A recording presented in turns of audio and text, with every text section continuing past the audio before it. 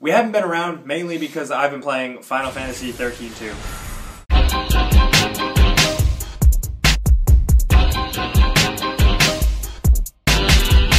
So me and Jake's friendship has been on the brink of ending because I haven't seen him too often because he's just been playing Final Fantasy XIII.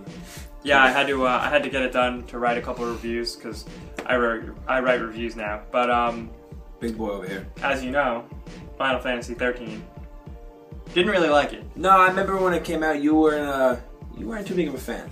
But and he's an avid Final Fantasy player. He I likes, play all of them.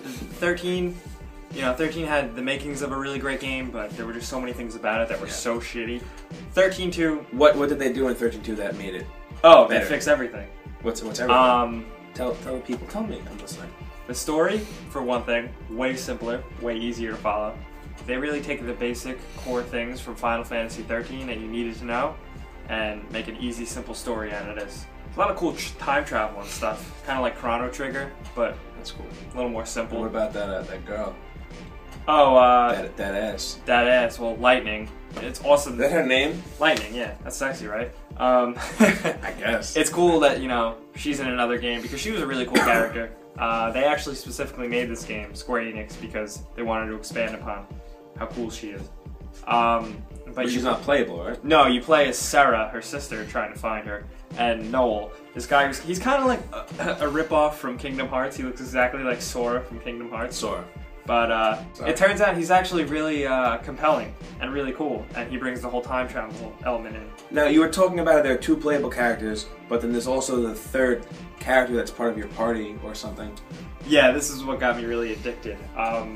You play as two people through the whole game, which I thought was going to be really lame, but it's pretty refreshing. But the third person in your party is... not a person. No, it's not a person. It's a monster like that you fight out in the field, and you catch certain monsters. And like Pokemans, you can train and level up them and have them fight with you. And that's awesome. That's so addicting to find monsters and keep leveling them up and stuff. I had a freaking blast with that. Now, what happens when you get a new monster? Do you lose the previous one? Oh no, you can switch them all. You have them all. Like, you store them up.